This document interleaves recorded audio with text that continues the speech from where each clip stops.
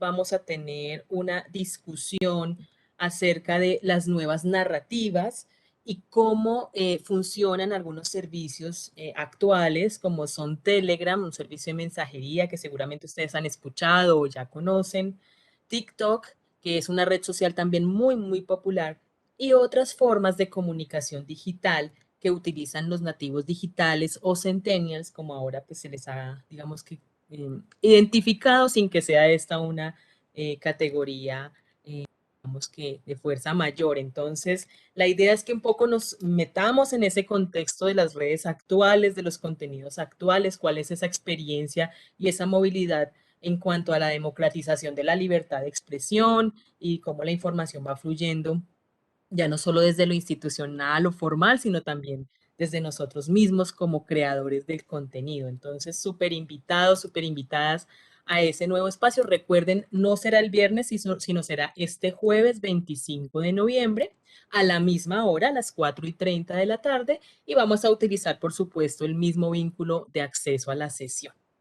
Adicionalmente, pues no sobra invitarles a la sesión dentro de 15 días para que sigan como proyectándose en la conversación, para que empiecen a consultar en internet también si desean, acerca del potencial cívico de los memes. La idea es que conversemos acerca de estas piezas gráficas que se utilizan mucho en el contexto informal, pero que también nos permite encontrar contenidos satíricos, contenidos informativos, contenidos de discusión y de debate. Entonces, bueno, ese va a ser un tema bien interesante para el próximo 3 de diciembre. Ya nos quedan más bien pocas sesiones, así que aprovechemos este tiempo para ir revisando estos contenidos y, por supuesto, para escuchar todas sus apreciaciones. Bueno, veo que ya está con nosotros Gianfreddy. Hola, Gianfreddy, ¿cómo estás? ¿Cómo te ha ido? Bienvenido. Buenas tardes, buenas tardes. Bueno, entusiasmado, la vez pasada, el viernes pasado, aunque no estabas, hubo una conversación súper interesante con pocas personas.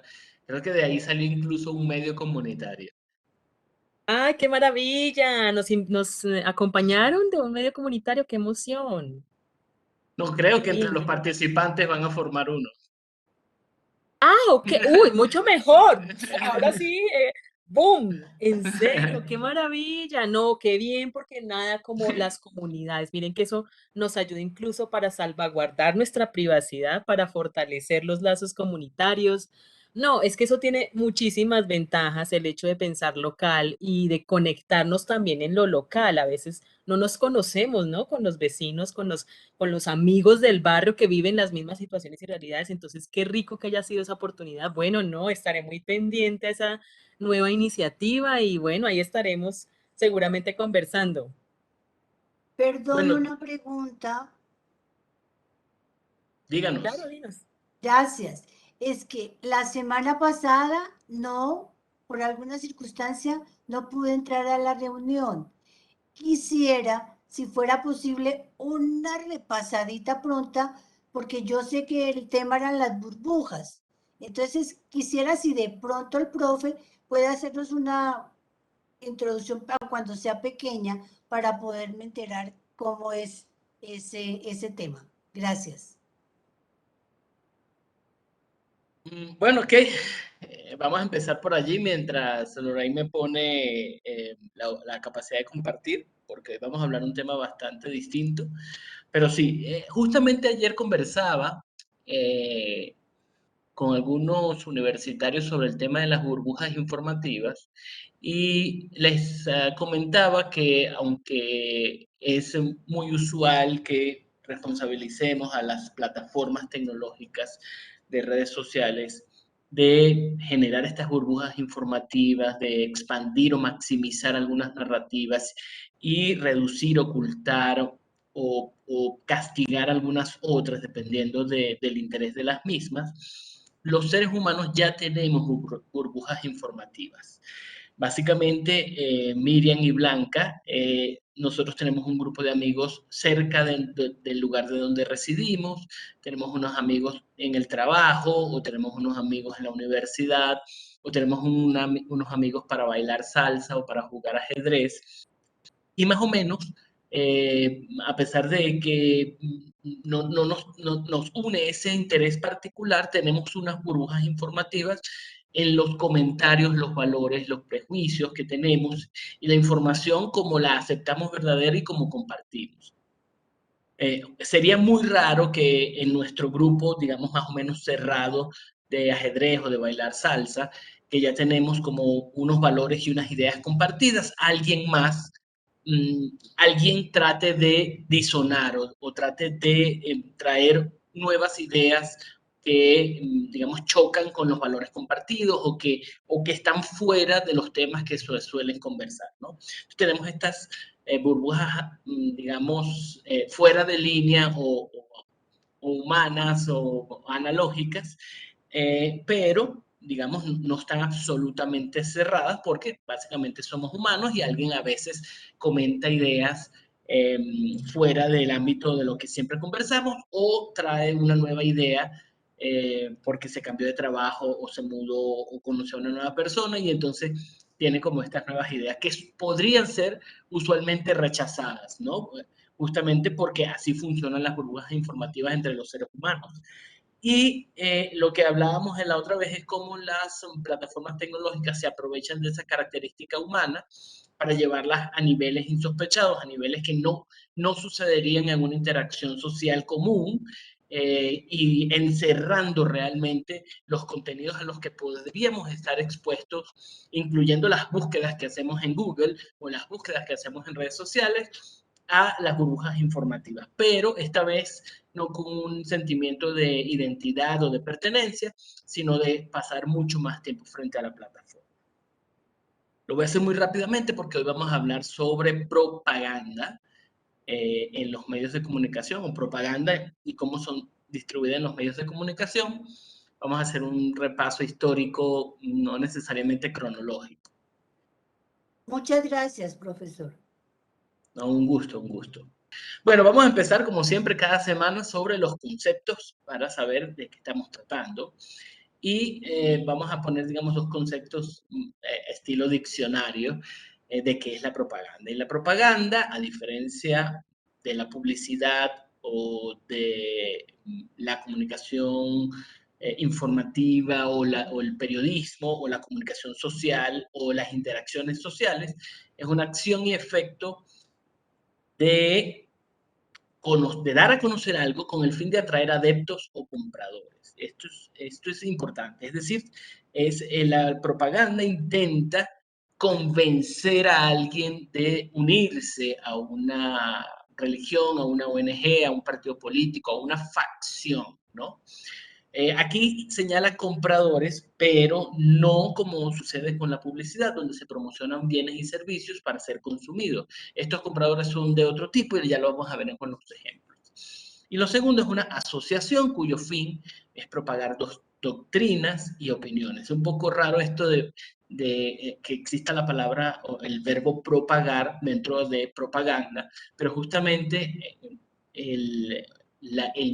la conceptualización propia de la propaganda es distribuir estas ideas de forma masiva, ampliamente, sin muchas restricciones, pero siempre para convencer de, como dice ahí, de una doctrina u una opinión. Básicamente vamos a hablar hoy de propaganda política y propaganda política en medios de comunicación y cuáles han sido las distintas estrategias que se han usado para convencer a personas o convencer a sociedades de algunos hechos. A diferencia del periodismo, incluso de la publicidad ahora regulada, en la propaganda per se no existe algún respeto por el hecho o por la verdad o por presentar todos los elementos de un concepto, de una idea, de un momento de la historia como fidedignos. Es decir, esto básicamente trata de convencer, trata de implantar una idea más allá de si parte de elementos verdaderos, verídicos, si son genuinos. Es decir, cualquier cosa vale dentro de la propaganda, ¿no? Por eso ahora está mucho más regulada, pero veremos que no siempre tan regulada como debería, ¿no? Otro concepto aquí es la expresión de opiniones o acciones llevadas a cabo deliberadamente por individuos o grupos con el fin de influir en las opiniones o acciones de otros individuos.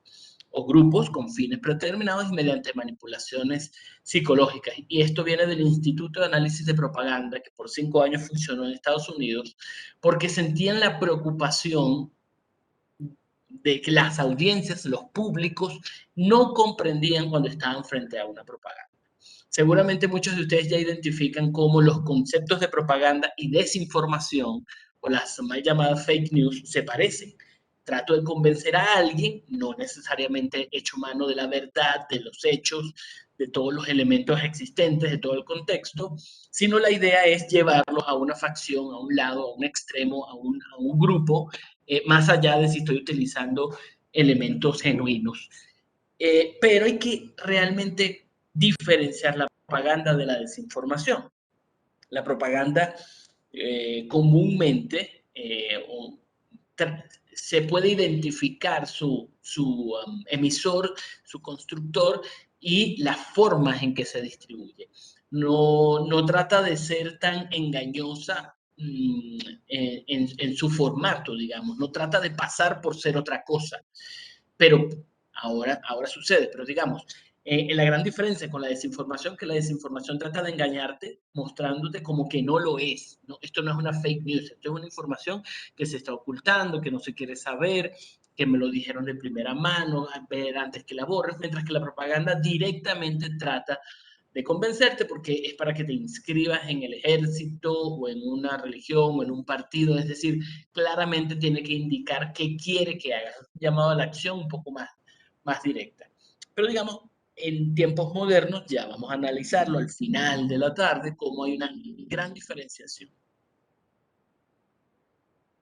La propaganda nazi. La propaganda nazi, por supuesto, impulsado por lo que Adolf Hitler llamó el Tercer Reich y por el Ministerio de Propaganda, que estuvo dirigido por Joseph Goebbels, estableció, digamos, lecciones sobre cómo crear sistemas autocráticos, cómo diseñar propaganda negra, se llama ahora, porque tiene fines malignos. También puede haber propaganda religiosa o propaganda humanitaria o propaganda de valores ciudadanos, para promover una buena alimentación, una sexualidad sana, para promover ideas de solidaridad de parte de instituciones multilaterales, ONG, fundaciones, que se llama la propaganda blanca, y hay que diferenciarla porque justamente no es publicitaria, no trata de vender un bien o un producto, sino que promueve que te hagas la prueba del VIH, por ejemplo, o el autocuidado de las mamas. Y actualmente con la pandemia lo vimos, mucha propaganda blanca a favor de lavarse las manos, guardar distanciamiento social o físico y usar mascarilla. No está vendiendo ningún bien, ningún producto, es una propaganda blanca. Pero la propaganda nazi estableció, lamentablemente, prácticas que aún se usan o que están usadas no solo en la propaganda negra o en la publicidad, sino obviamente en la desinformación. Incluso hay como 10 formas de mentir de parte de la propaganda nazi, o 10 principios que se usan mucho, no los vamos a repasar hoy, pero voy a proponer sobre 12, que son muy importantes por lo populares que son, ¿no? De la propaganda nazi salió aquello de una mentira repetida 1000 veces se transforma en una verdad. Vemos cómo en las teorías de conspiración, en las narrativas de odio, en la propaganda política extremista, como el del Estado Islámico, por ejemplo, de grupos terroristas, pero también vemos en la desinformación cómo la repetición insistente puede doblegar algunas defensas neurológicas que tengamos. En anteriores sesiones vimos cómo sí es neurológico la vulnerabilidad humana de creer que algo es verdad porque lo ha visto muchas veces, ¿no? Y que también funciona la publicidad así, pero digamos con estrategias un poco más perversas, la desinformación. Pero también la propaganda nazi. Y aquí resalto una frase en la que Adolf Hitler habla con los generales de su ejército para justificar la invasión a Polonia. Y crean lo que en Colombia conocemos como un falso positivo. Es decir, ellos inventan, ponen una puesta en escena de una presunta agresión contra alemanes o personas de origen germánico en Polonia, para justificar que para salvarlos había que atacar a Polonia, ¿no? Y aquí dice, proporcionaré un casus belli propagandístico y la credibilidad no importa, ¿no? El vencedor no será cuestionado por si dijo la verdad. Por supuesto, seguramente algunos recuerdan esta frase de la historia la escriben los vencedores. Por allí iba Hitler, ¿no? Si yo invento este episodio falso y finalmente conquisto Polonia, no va a ser tan importante, ¿no? Lo importante va a ser la gloria del triunfo, de la victoria. Incluso se habla muchas veces sobre cuáles son las causas verdaderas que desataron la independencia en los distintos países de Latinoamérica, o que desataron la Primera o la Segunda Guerra Mundial. Y siempre hay cosas muy folclóricas, digamos. Un florero, una pelea en un comercio, una bodega, el grito de un sacerdote, el asesinato de un conde. Siempre son pequeñas cosas que presuntamente hacen estallar. También de anteriores sesiones, como Enrique Danz dice que no es posible insuflar o crear una revolución de la nada, la gente tiene que estar molesta. Sabemos cómo en las independencias de nuestros países había injusticias étnicas, había injusticias sociales, por supuesto había intereses de los blancos criollos, eso se mezclaba, pero igual que pasó en la primavera árabe, cuando un vendedor de frutas se inmoló, se encendió en fuego frente a una alcaldía, y eso creó, digamos, toda una serie de protestas que llevó a que, bueno, eso se distribuyó en todos los países del Medio Oriente, y muchos de ellos cambiaron de gobierno. No fue el vendedor incendiado, no fue el grito de dolores, no fue el florero lo que realmente desató, sino que es una especie de mito que se crea, por supuesto, para simplificar lo que fueron un montón de hechos, ¿no? Y justamente lo que hace la propaganda es eso, simplifica hechos históricos, omite, exagera, hace enmarca en un proceso muy simple, que ahora pudiésemos entender como memes, para invitar a la gente a tomar una u otra decisión.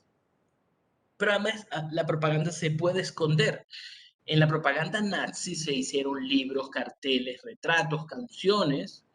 Por supuesto que es muy polémico el uso de algunos músicos académicos, pero además dentro de las películas, que se hicieron muchísimas, hubo unas del hijo de Bach, hubo de Hans Christian Andersen o de Mozart. Y Hans Christian Andersen, para quienes no les suena el nombre, es el autor de La Sirenita, entre otros, y El Patito Feo. Es decir, cómo la propaganda puede transformar un personaje, un trozo de la historia, para reinterpretarlo. Lo que ahora podemos conocer como posverdad, ¿no? Que es la presentación alternativa de hechos históricos.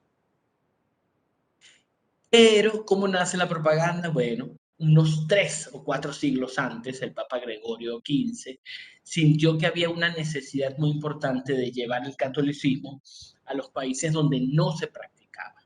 Y bueno, creó, y esta fue la primera vez que se utilizó la palabra o esta conjugación, la Congregación para la Propagación.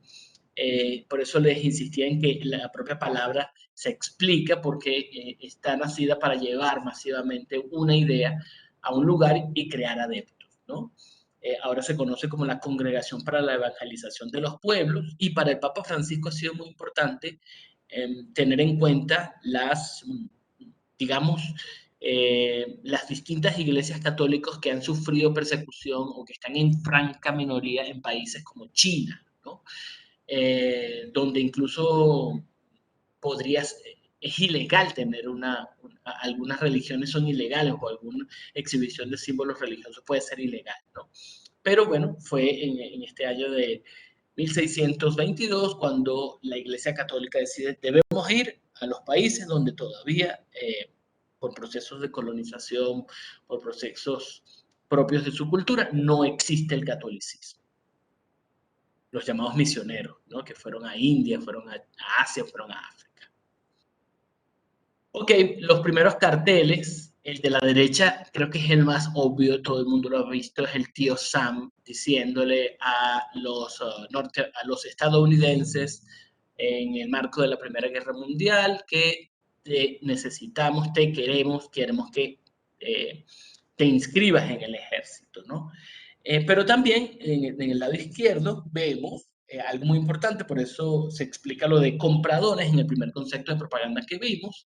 Dice, Juana de Arco salvó Francia, las mujeres de América salven tu país comprando estampillas de ahorros de la guerra. Es decir, muchos países en esa época, con dificultades económicas incluso, pero que podían ir a la guerra para levantar el ánimo, para insuflar patriotismo, para mejorar las encuestas, para olvidar otros escándalos, le pidieron a muchos ciudadanos que compraran bonos, que compraran estampillas, que, digamos, compraran algunos productos que ofrecía a futuro los países para financiar la guerra, ¿no? Estados Unidos decía, compra mis estampillas, compra mis bonos y después te los repagaré cuando ganemos la guerra. En distintos países se utilizaron estos carteles y podemos ver cómo tocan las emociones, los valores familiares. En los años 20, digamos, esto era lo que más movía la fibra, que más movía las sociedades. En el primer cartel a la izquierda vemos las mujeres de Gran Bretaña dicen ve, y se ve a los soldados viendo la guerra, ¿no? Atrás se quedaban los niños y las mujeres. En el medio vemos como una niñita dice, mi papá o mi papi me compró un bono del gobierno para el tercer préstamo de la libertad, ¿no? Ya lo hizo el tuyo, es decir, aquí toca de que si amas a tu familia, si amas a tus hijos, a tu pequeña niña, tú compras un bono del gobierno para financiar la crisis o la guerra o lo que estuviera sucediendo en ese momento. Y a la derecha vemos un cartel que, bueno, en los actuales valores quizás muy probablemente no se pudiese publicar. Dice, me encantaría ser un hombre para unirme a la Armada. Y abajo dice, sé un hombre y hazlo. Inscríbete en la Armada de los Estados Unidos. Fíjense cómo mensajes que eran claramente sexistas, pero también con valores familiares, trataban de convencer a las personas de hacer cosas, ¿no? De inscribirse en el ejército o en la armada o de financiar la guerra. Pero hay un detalle muy importante aquí que podemos ver, seguramente ya lo han notado, es el aspecto artístico de los carteles, cómo se trató de utilizar los elementos gráficos más digamos, más atractivos. Incluso los artistas de vanguardia prestaron sus servicios para hacer películas, para justificar la Primera y la Segunda Guerra Mundial en los Estados Unidos o en Gran Bretaña. Se usó mucho el arte para convencer de que valía la pena detener a los enemigos, ¿no? Recuerden que las dos veces en la Primera y la Segunda Guerra Mundial empezó en Alemania, ¿no? Entonces, digamos que la segunda vez fue mucho más fácil porque ya se conocía cuál era el presunto adversario. Pero detengamos a los nazis, detengamos el fascismo, defendamos la libertad.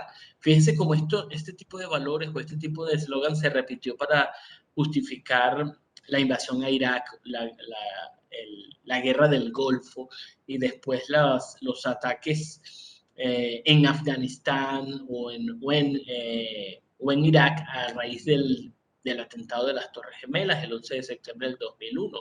Es decir, es la guerra contra el terror o a favor de la libertad, de los valores democráticos. Siempre se justificó, siempre ha habido una narrativa.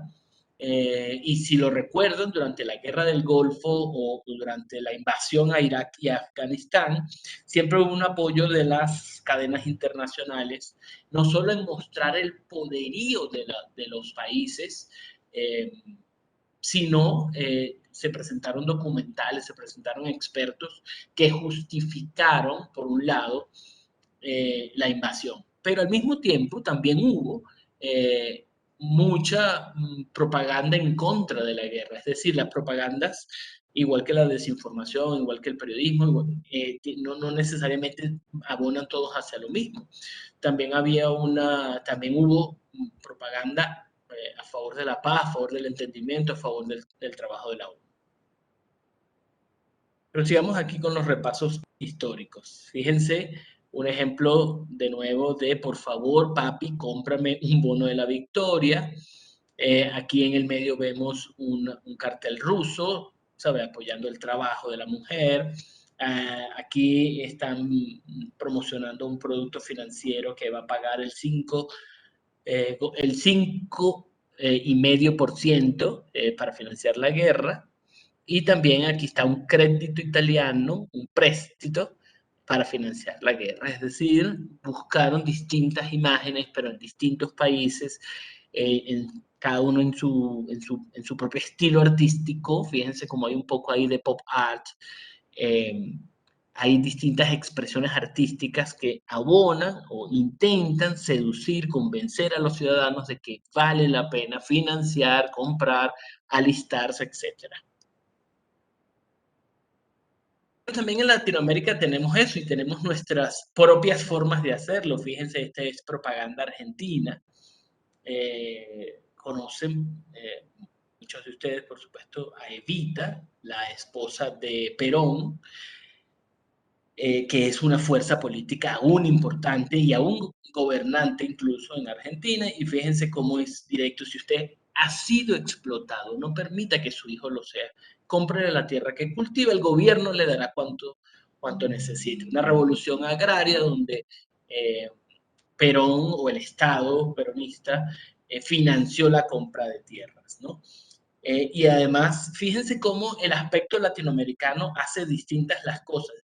Aquí el convencimiento, aunque apela igual a los niños, a la familia, hay un halo de santidad. Fíjense cómo hay aspectos en que se muestra una especie de imagen divina, de mitológica, casi paranormal, que bueno, coincide mucho con los valores latinoamericanos del sincretismo o de la espiritualidad, de la propia heroicidad de los latinoamericanos, ¿no? Entonces ahí está Santa Evita, vemos como la ayuda social casi llega del cielo, de la patria, ilumina a los campesinos, como esta familia está feliz, alegre por el bien social que trae el gobierno. Por supuesto, también hay propaganda política o propaganda de guerra. Aquí en Colombia se conoce muy bien esto.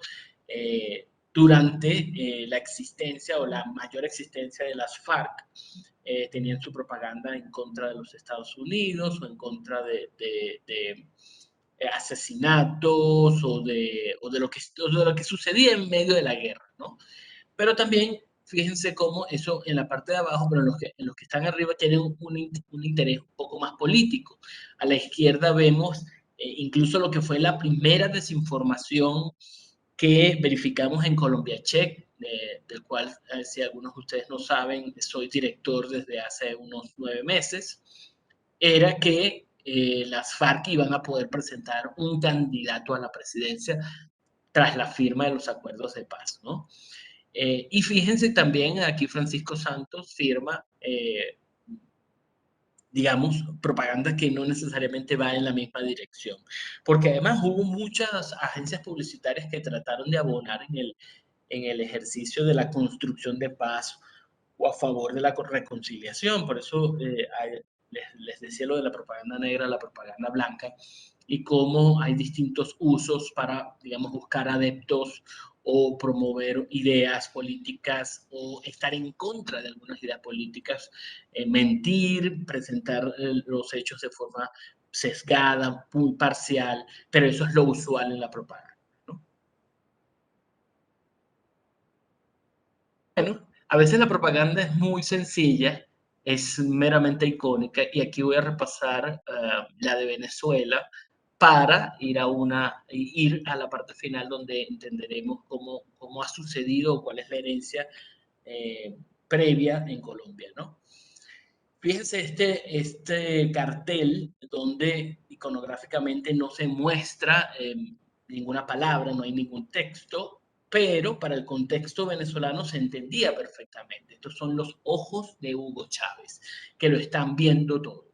Esto es justamente después que Chávez dice, el soldado es Chávez, tu mujer eres Chávez, tu niño eres Chávez, tu estudiante, todos somos Chávez. Y era básicamente que su presencia ya no iba a estar solamente en sus permanentes giras, en sus alocuciones televisivas, incluso en los muñecos o en las personas disfrazadas de Chávez que se usaron al final, sino que aquí estaban los ojos de Chávez. Y eso se crearon gorras, se crearon franelas, camisetas, y mucha gente conocía esto de los ojos de Chávez. Fíjense que cuando todavía estaba en Venezuela, una vez alguien de México me consulta para verificar una desinformación que estaba girando, rotando, circulando en México. Y es una carta donde presuntamente la juventud del Partido Socialista de Venezuela aprueba enviar recursos financieros a la campaña de Andrés Manuel López Obrador en México. Y el membrete o el símbolo que estaba arriba incluía la foto de un niño. Entonces recuerdo que cuando me están consultando para saber si eso es verdadero o falso, yo le digo, debe ser falso este documento porque el membrete es del año, no recuerdo, 2015 y este evento al parecer es 2017, ese logotipo ya cambió, si el documento hubiese sido firmado en esta fecha, tuviese el nuevo logo. Y me preguntan, ¿y cómo reconoces el logo? Bueno, el logo aparece el rostro de Chávez como un niño, o Chávez niño, Chávez niño, sí. Y la periodista mexicana quedó muy asombrada porque me dice, ¿y cómo sabes tú cómo era Chávez de niño? ¿Cómo reconoces? Y quedé asombrado, no pude responder inmediatamente.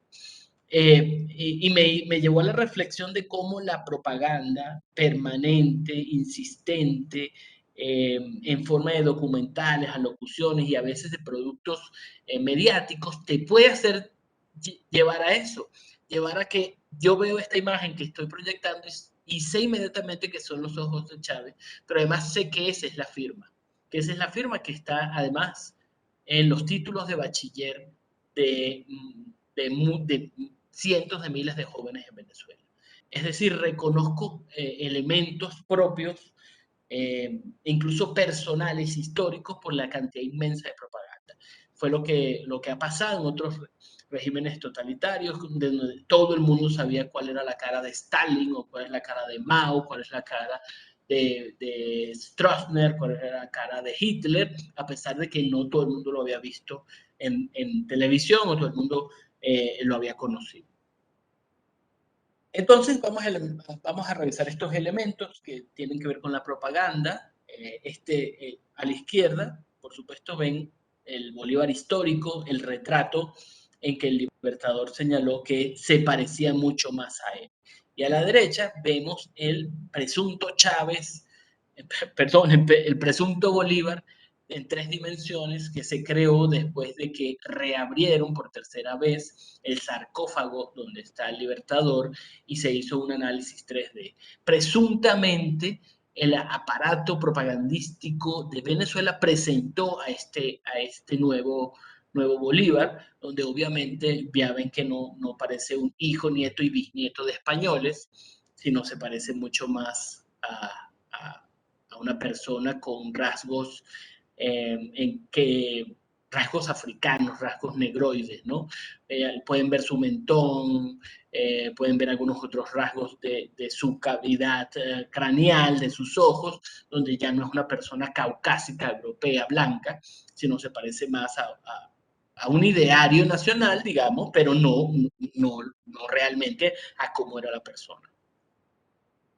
Chávez se mostró siempre como una persona cristiana, muy crítica de los obispos, los maldijo varias veces, maldijo a Israel, pero siempre se presentó lleno de símbolos que lo hacían ver, digamos, como una persona creyente. Este tipo de imágenes, les estoy mostrando esta imagen que se usó cientos de miles de veces porque es del 2002, así que durante muchas veces se utilizó esta foto como el Chávez magnánimo. Esto era después de volver del golpe de Estado del 2002, donde él besó a Cristo y dijo, los perdono a todos. Una cosa es que lo hiciera o no, pero esta imagen se reprodujo muchas veces. Y finalmente, el Chávez crístico, Chávez elevado a la máxima potencia, esta foto que es absolutamente famosa, usada ampliamente en los medios de comunicación, en los órganos de propaganda, en todos lados. Incluso fue usada al principio, digamos, de forma distinta al origen. Un fotógrafo de una agencia internacional tomó esta foto en la última vez que Chávez estuvo en una plataforma, en una tarima, hablándole al pueblo. Cayó un aguacero, un palo de agua, una lluvia tremenda, y esta foto, digamos, se inmortalizó. Después de esto pasamos meses sin ver a Chávez hasta que reapareció diciendo voten por Maduro. Pero esta es la foto donde él ya está elevado al máximo, porque más tarde se sabe que tenía cáncer terminal y aún así hizo una última gira nacional, una última presentación y se creó todo un mito alrededor de este Chávez inmortal. Y lo digo porque de forma similar en Colombia, cuando Rojas Pinilla subió al poder, él se apropió también de los símbolos patrios. Fíjense cómo, o la idea durante esos años fue reproducir la imagen del gobernante con todos los símbolos sobre él. O sea, él representaba absolutamente todo, ¿no? El escudo, él representaba la bandera, el mapa, él era la iconografía del poder o de Colombia y de la nueva idea, de la tercera vía, como lo presentó. Una idea muy similar a la del Partido Nacional Socialista nazi de Alemania, donde sus órganos de propaganda, el ODIPE especialmente, reprodujo esta fotografía o distintas pinturas, carteles para ser distribuidos en todos los espacios públicos donde hubiera existencia del Estado, incluso en pequeñas estaciones ferroviarias, en escuelas, en alcaldías. Se mandaban nuevas sesiones de fotografía para que fuera permanente la imagen de Rojas Pinilla en todo el país, en toda Colombia.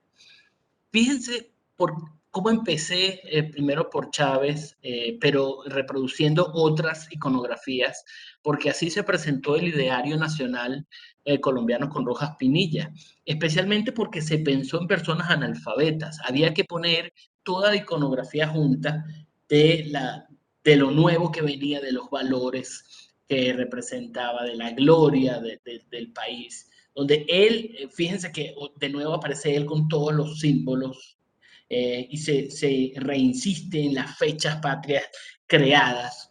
Esto es muy importante porque en los regímenes totalitarios se inventan fechas patrias nuevas y celebraciones inéditas para borrar el pasado y crear lo nuevo.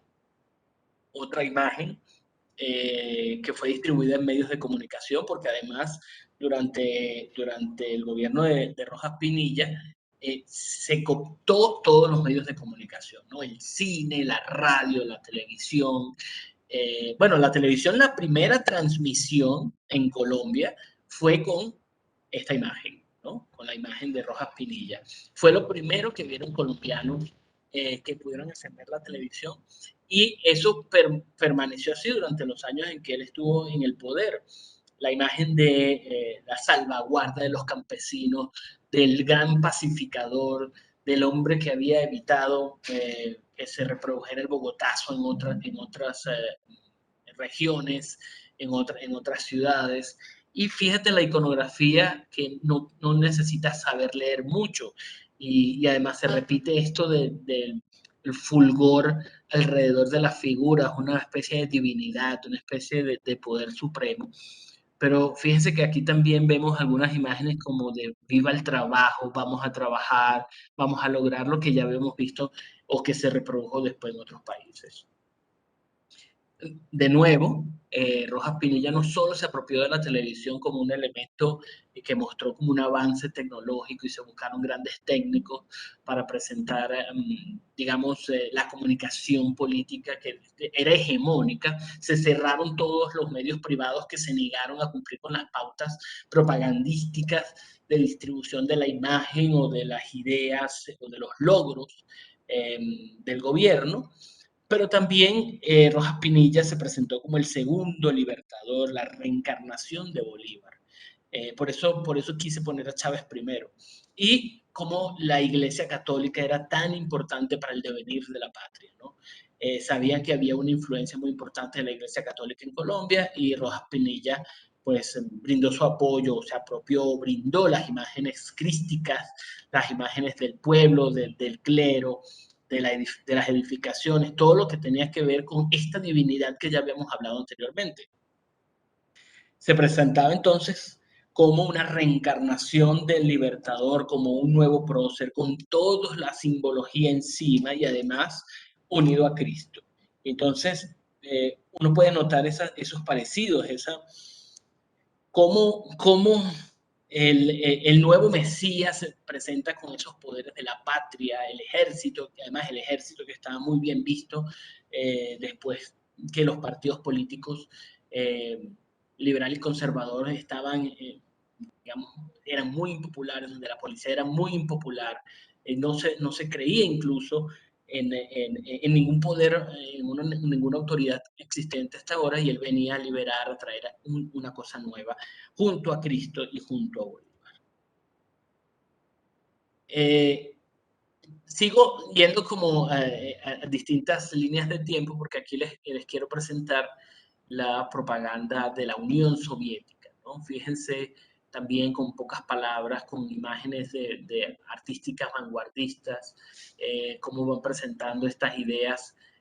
Fíjense la mano roja que detiene esta mano peluda, esta mano oscura, esta mano perversa del fascismo, digamos, o del poder exterior, y la mano roja de la Unión Soviética salva al pueblo, salva a las ciudades, la industria de esa mano perversa que quién sabe de dónde viene. En el medio vemos, bueno, la vanguardia artística, cómo toda la iconografía soviética se presenta allí, el trabajo, el esfuerzo, la fuerza obrera, la industria siderúrgica, y vamos a lograr grandes cosas.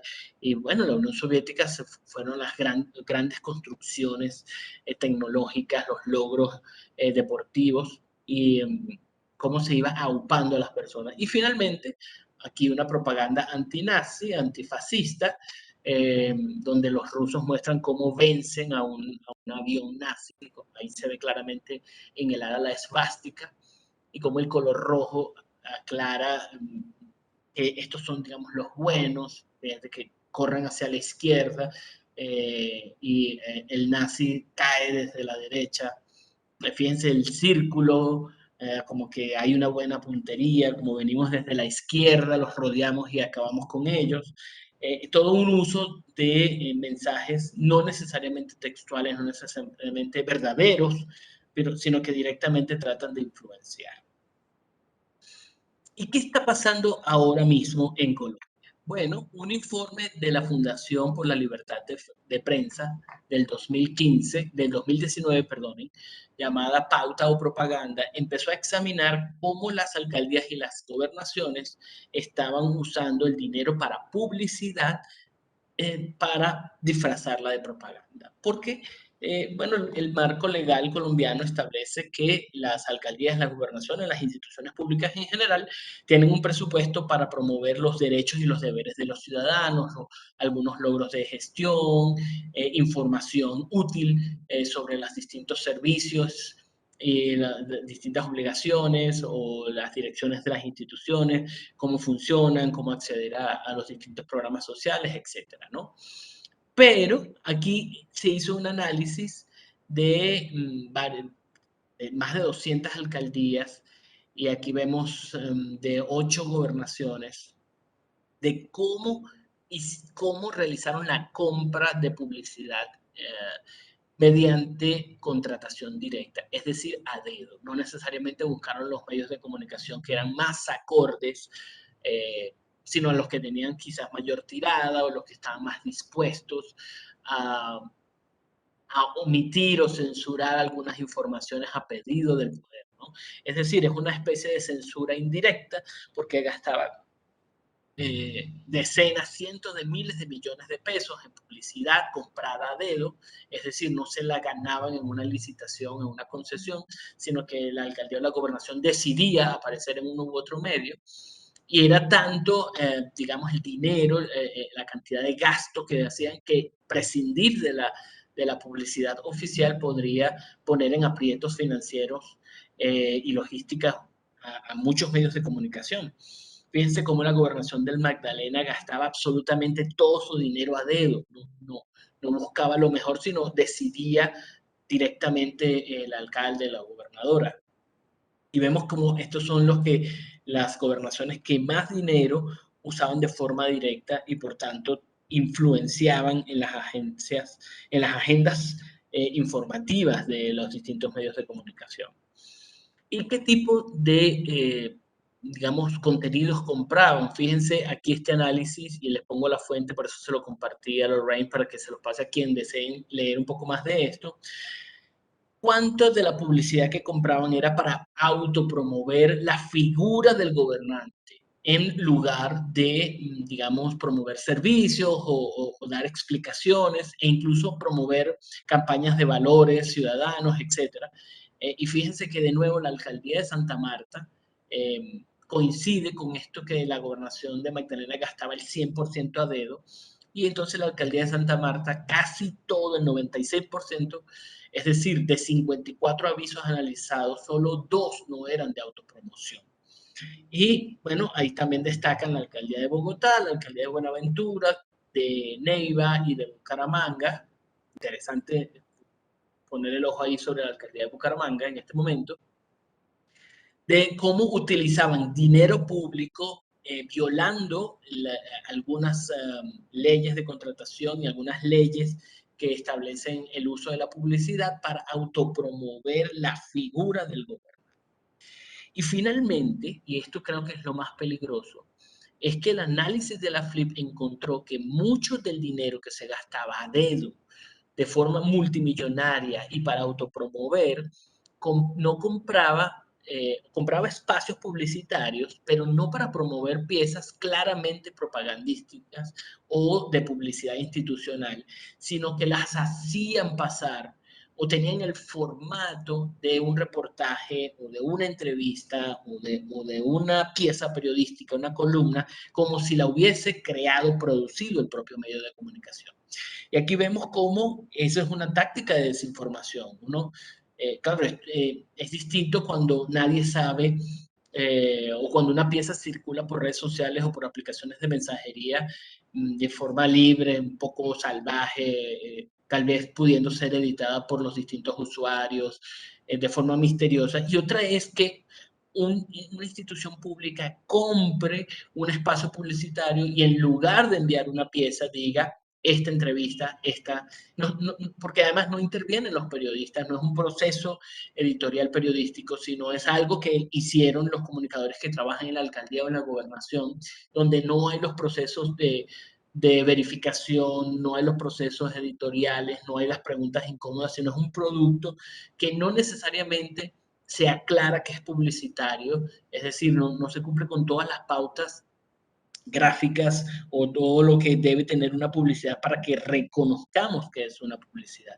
Y ya hemos repasado durante todos estos viernes cómo a veces no reconocemos la desinformación, cómo podemos confundir propaganda con desinformación, cómo confundimos periodismo con entretenimiento o medios de comunicación con medios de del periodismo, hay una confusión entre el entretenimiento y la información pública, y fíjense que es mucho más grave cuando el producto no solo se parece o es un formato sumamente similar, sino está dentro de los espacios del medio de comunicación y hace mucho más arduo, hace mucho más difícil reconocer este producto como propagandístico o de publicidad institucional. Bueno, hasta aquí mi presentación.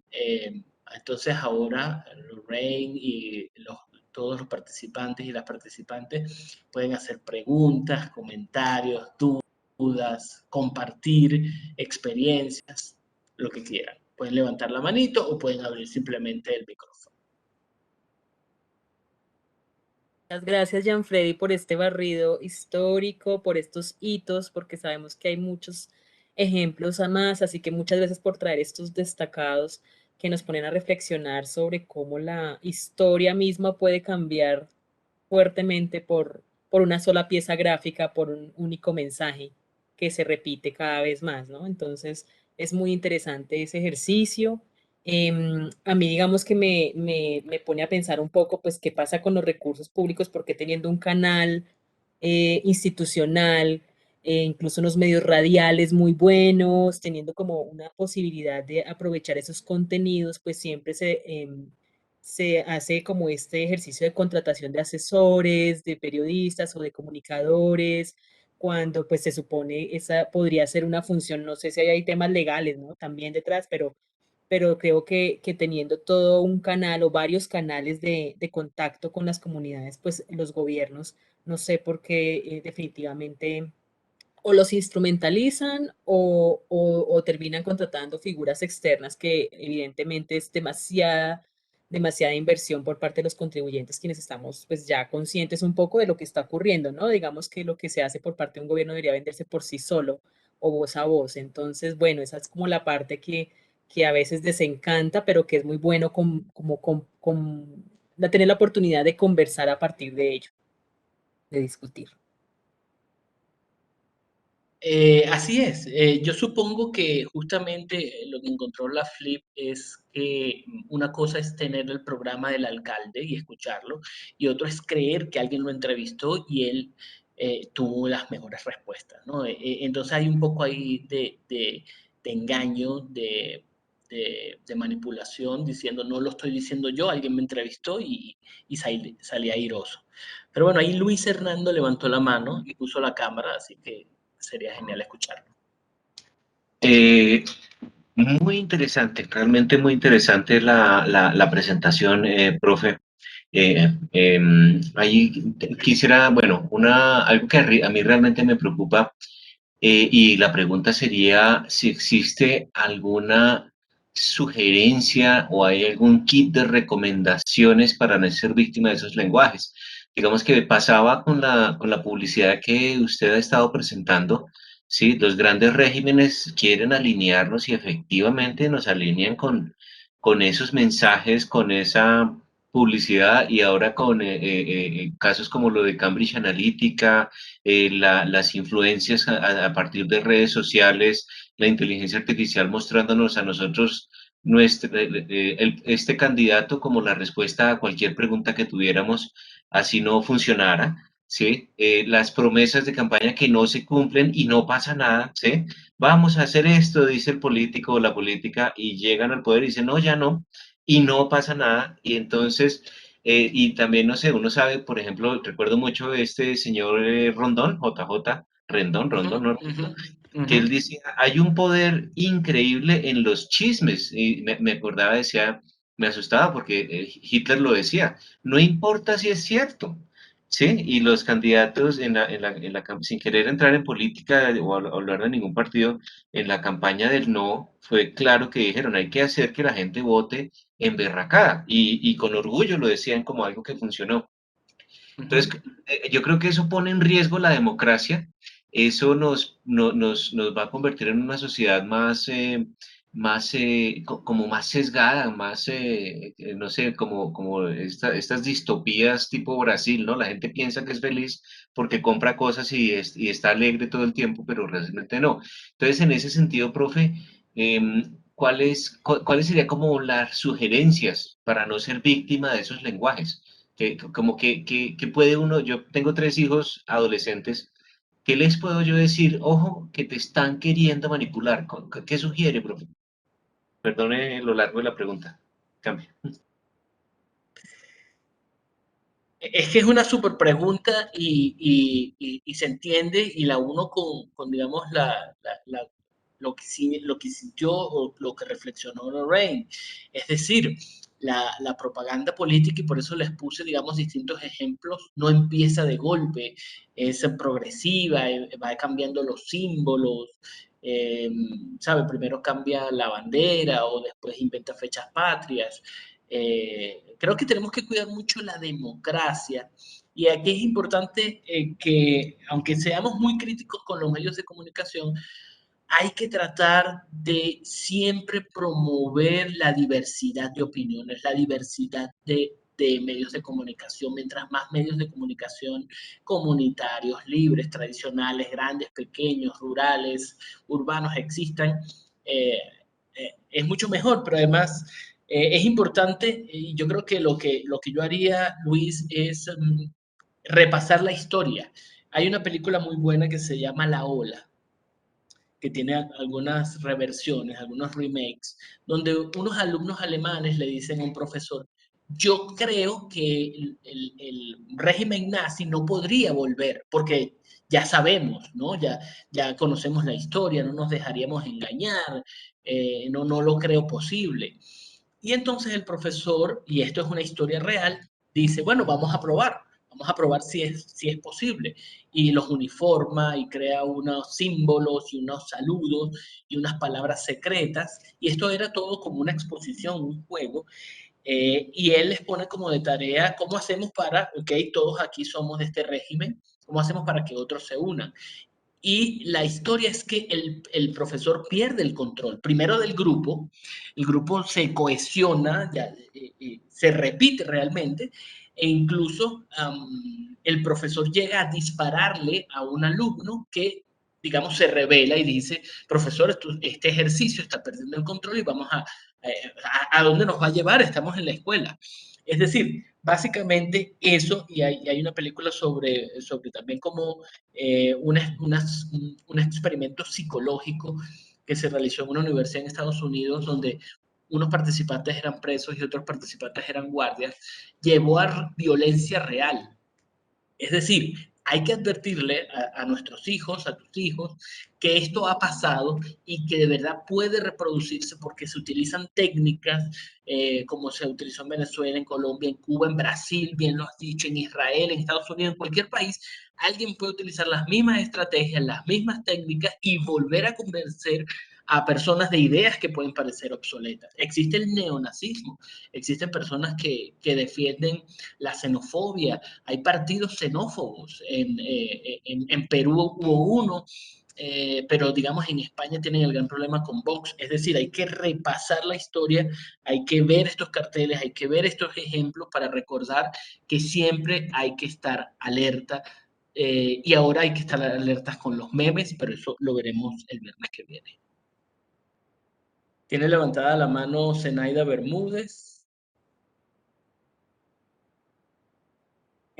Buenas tardes, profesor y Lorraine, y buenas tardes a todos los participantes. Sí, en lo que tú decías que hay que tener cuidado con esas personas o esos grupos que van a querer cambiar lo que la realidad dice. Nosotros lo estamos viviendo. Ahorita algunos candidatos presidenciales, por ejemplo, el caso de la señora Cabal, que dijo que los falsos positivos no existían, que eso era una invención de las madres, que eso no había existido. Entonces yo digo que eso es doloroso para las víctimas. Y así hemos visto últimamente en este país que nos quieren cambiar como la historia y nos quieren hacer ver que lo que está sucediendo no sucede, que eso es mentira. Y sí, hay que tener cuidado porque uno ve hoy el pensamiento de los sardinos, yo por ejemplo en el caso de mis nietos, y pues ellos ignoran toda esa historia y entonces sí entran en ese juego a creer eso porque no conocen la historia.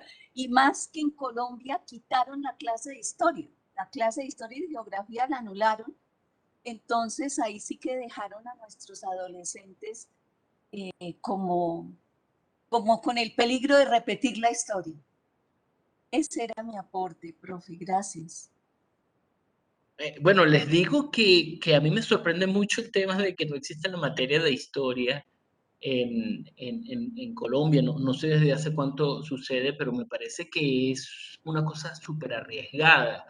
Es decir, entiendo que no necesariamente hay que perpetuar ideas militaristas o ideas de héroes del pasado o ideas colonialistas, pero otra cosa es no conocerlas para no repetirlas. Y es justamente creo que por allí iba tu comentario, ¿verdad? Cuando no sabes algo, lo vuelves a repetir y por supuesto el peligro de lo que les comentaba de esta película, los adolescentes te dicen, a mí no me puede pasar esto, no puedo creer que yo actúe como mis papás, como mis abuelos.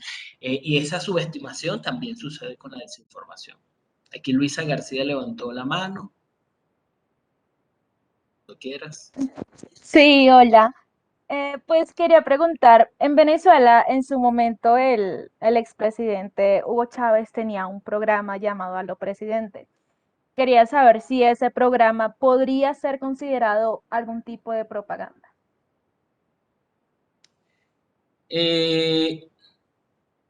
Bueno, ese programa que ahora tenemos las mañanitas en México con Andrés López Obrador, hablando antes de que las redacciones incluso puedan trabajar, o que lo vemos ahora con el expresidente Correa en el canal Russia Today, o lo que surgió con Telesur, son órganos de propaganda. Y el programa de Chávez, así como los programas de estas personas, son órganos de propaganda. Es decir, a través de esos medios, de esos espacios televisivos, se puede distribuir propaganda, pero el formato en sí no lo es, sino ahí tienes la capacidad.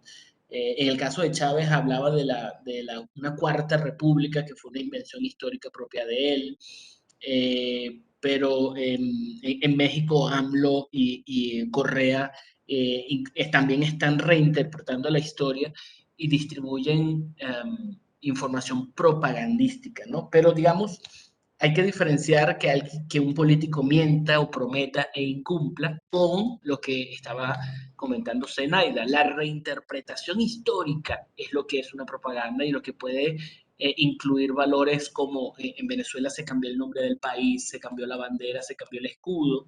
En la Unión Soviética se anuló las diferencias étnicas nacionales, ¿verdad? Se creó una unión de repúblicas y se creó una bandera nueva, un himno nuevo. La propaganda nazi también inventó una bandera nueva, toda una simbología nueva, pero también puede haber una propaganda por apropiación, como vimos con Chávez y con Rojas Pinilla, es decir, elementos históricos que ya la gente respeta, adora o conoce, Cristo, Bolívar, vemos en Cuba que hablan de Martí, en Argentina San Martín o Perón, también puede haber una apropiación, pero sí, son órganos de propaganda por los cuales se puede distribuir estas ideas propagandísticas. Luz Ángela Rangel, cuando tú quieras. Sí. Buenas tardes.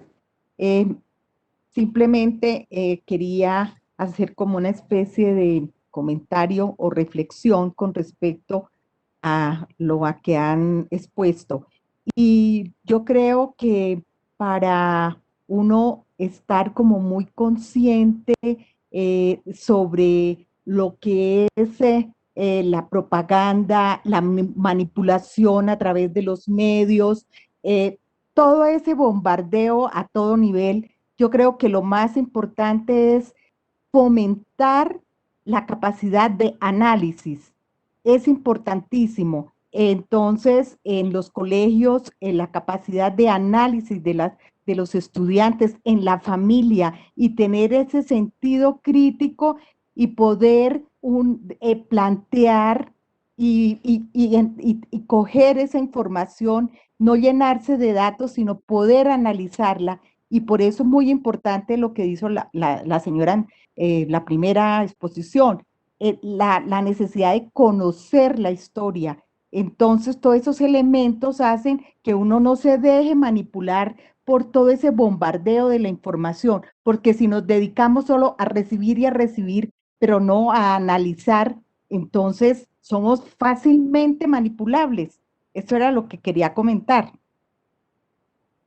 Estoy muy de acuerdo, me parece que la capacidad crítica de los estudiantes o de los jóvenes es algo que debería entrar en cualquier reforma educativa.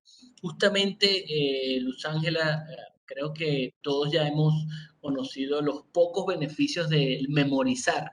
La educación antes era de memorizar, luego hubo una de reproducir, pero justamente más que acumular datos, más que leer y aprender de memoria muchas cosas, creo que una cosa necesaria, una reforma necesaria dentro de la educación en todos los países y por supuesto aquí también en Colombia, es enseñar lectura crítica, enseñar crítica de medios, enseñar a ese consumo crítico de la publicidad, de la propaganda, de la información, lo que se llaman no tragar entero, pero digamos, es tener la creación de un criterio propio que te permita matizar cualquier información o recolectar distintas fuentes de información para crear, digamos, no una realidad alterna, sino una visión propia de las cosas.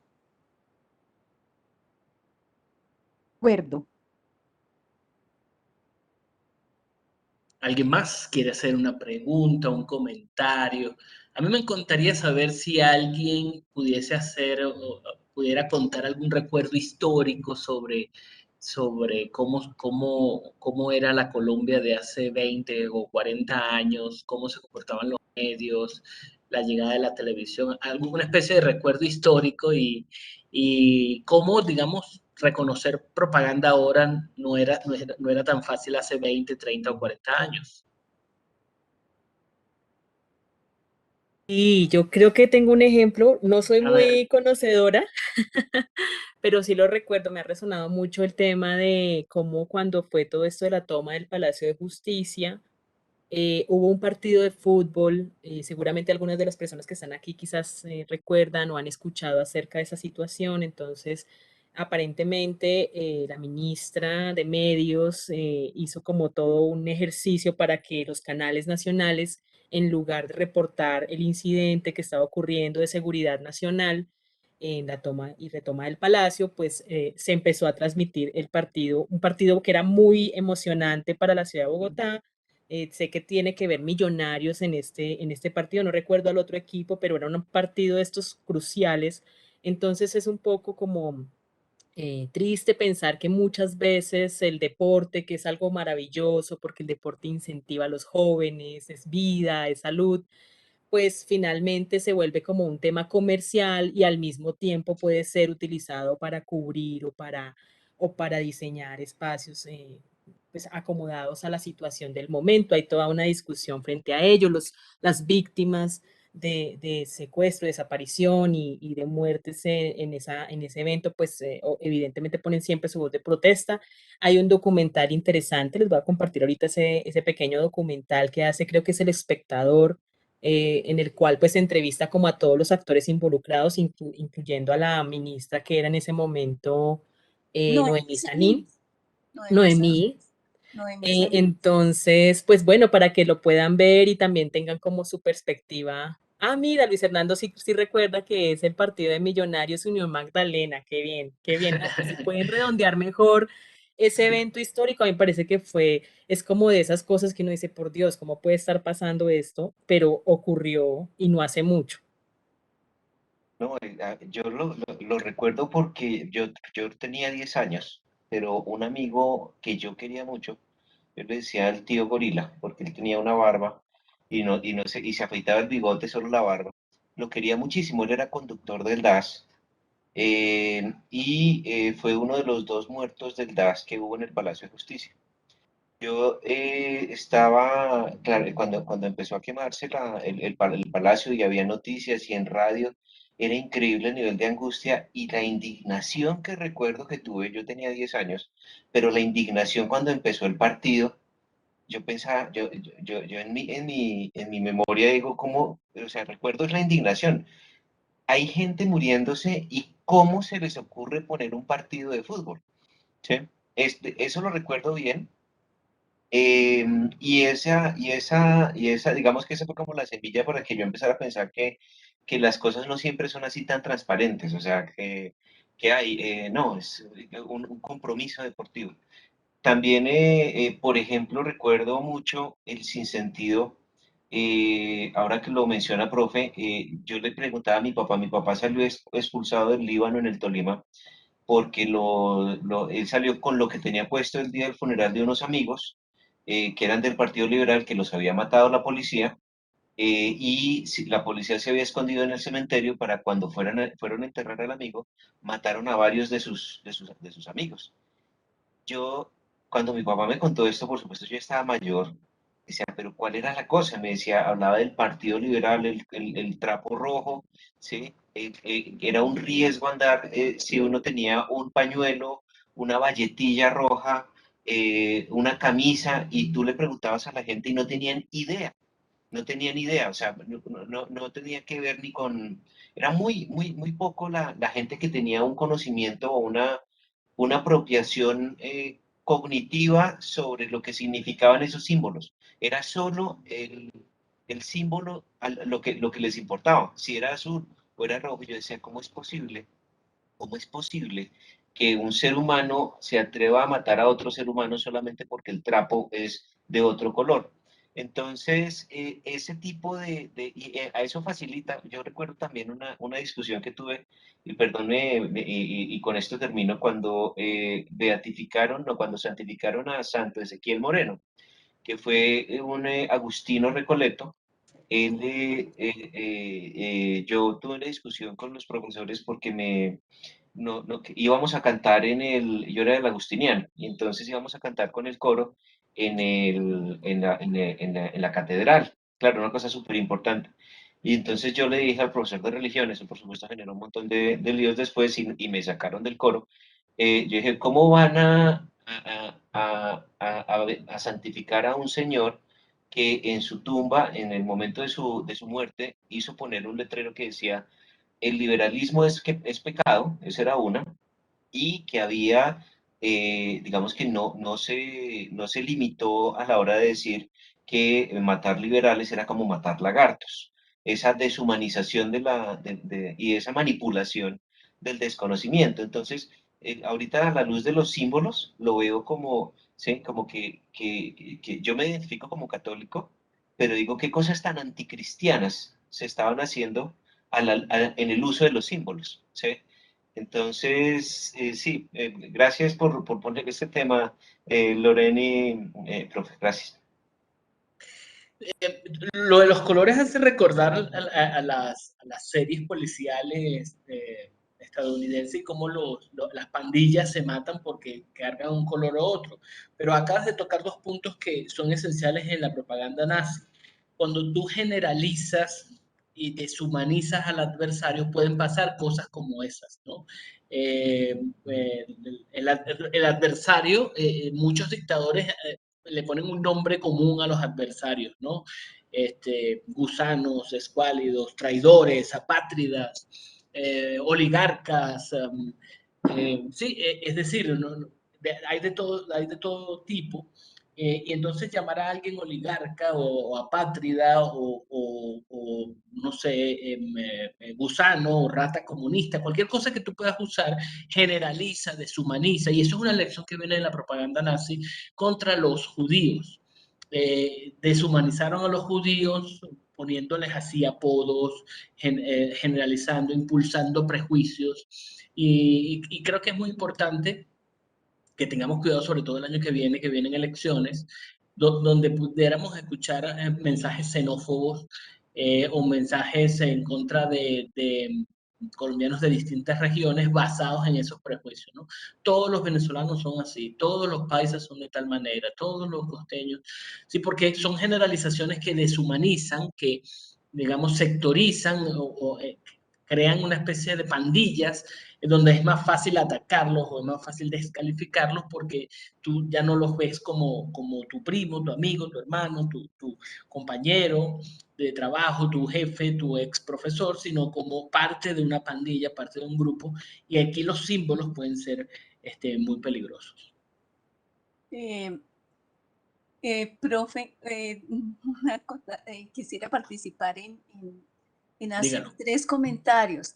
Por ejemplo, en cuanto a lo que comentó Lorelei, cuando lo del Palacio de Justicia, las cadenas radiales colombianas fueron silenciadas.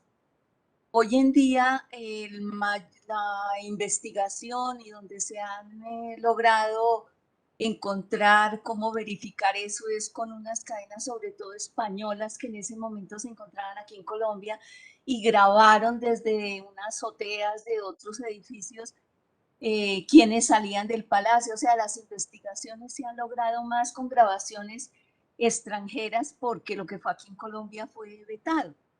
Bueno, eso en cuanto a lo que comentó el señor enseguida respecto a lo del liberalismo y esto. Mire que en esa época no existía como hoy las redes sociales y que la comunicación la tenemos mejor. En esa época la única forma de protestar era básicamente las canciones. Y por eso tenemos nosotros Soñando con el Abuelo, que ahí habla de los liberales y de cómo el vecino mató al otro sin tener razón. Esas letras era lo único que nos llevaba como a concientizar. La de Soñando con el Abuelo o A quién engañas, abuelo. Esas 2 canciones realmente eran las que le llegaban al público y las cantábamos y las repetíamos y como que hacía conciencia en lo que estaba sucediendo, porque lo que era en los medios de comunicación eso no se hablaba. Por eso fueron tan perseguidos los escritores y los cantautores y todo, porque eran los que llevaban la verdad, no una verdad, pero sí a concientizar a la gente. Ese es mi aporte, profe. Muchísimas gracias. Yo creo que esto es muy útil para lo que vamos a ver la semana que viene sobre los memes, la comunicación memística, porque ahora se ve como un tema de internet, pero bien señalaste que pueden ser en formas de canciones. Esas canciones no solo, digamos, llevaban un mensaje irreverente o insurgente o alternativo o anticensura, sino que ya tienes unas ideas comunes con todas las otras personas que escuchaban y disfrutaban la canción, reconocen las letras, se crean, digamos, otros formas de comunicación basado en todas las cosas que conocemos junto a otros, ¿no? Pero me parece genial, me parece interesante y el próximo viernes hablaremos más. Las cucarachas Tutsi en Ruanda, sí, justamente. Parte de lo que impulsó a que en este país africano sucediera el genocidio Tutsi, el asesinato de miles de personas, fue la promoción a través de la radio y de otros medios de comunicación de llamar a los Tutsi o a la etnia Tutsi cucarachas, entre otras cosas, ¿no? Entre otras palabras, donde quedaban completamente deshumanizados y el dictador, afortunadamente, la justicia sí llegó, fue uno de los promotores digamos, de esta limpieza étnica, acusándolos incluso de distintos problemas sociales que había en el país. Les recomiendo, ahora que estamos en esto de la recomendación, y seguramente Lorraine me va a echar una ayudadita aquí, una serie en Netflix llamada Cómo ser un dictador, que es narrada por Peter Dinklage, que la pueden reconocer como un actor de Game of Thrones, donde explica cómo distintos dictadores en distintas épocas utilizaron la propaganda para deshumanizar al adversario, para proponer sus nuevas ideas. porque además uno de los aspectos importantes de la propaganda, y por eso les señalaba lo importante que puede ser el año que viene, es encontrar un enemigo externo, medio amorfo, es decir, que tiene como muchas caras, pero no se le ve a alguien específico, para, digamos, acusarlo de todo, ¿no? Es muy popular ahora señalar a la migración venezolana o al socialismo del siglo XXI como la gran amenaza, ¿verdad?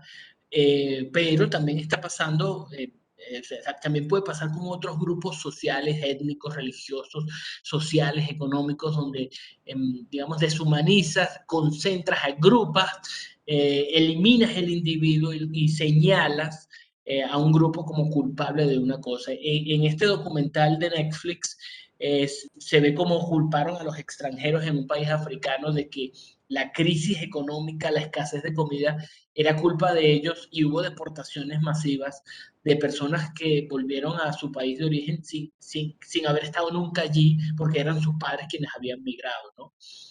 Pero también está esto de la etnia Tutsi, cómo fue masacrada a machetazos, porque por la radio incesantemente se le culpó de los problemas del país, ¿no? Entonces que hay que estar muy atentos en Colombia creo que está mucho más claro este mensaje contra la minga indígena, ¿no? Se agrupa a los distintos grupos aborígenes, indígenas, ancestrales del país, a las distintas etnias, como una gran masa que actúa casi que negativamente siempre,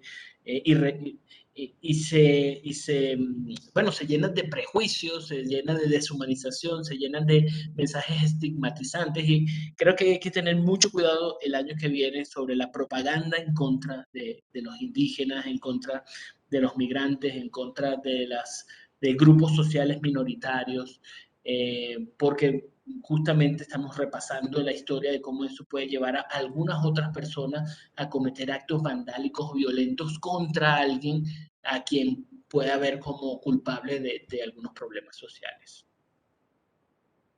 Sí, así es. Veo que no hay intervenciones. Bueno, había una pregunta, pero creo que ya las atendiste todas en el chat. Había una pregunta de Gloria acerca del programa televisivo del presidente Duque. No sé si la viste.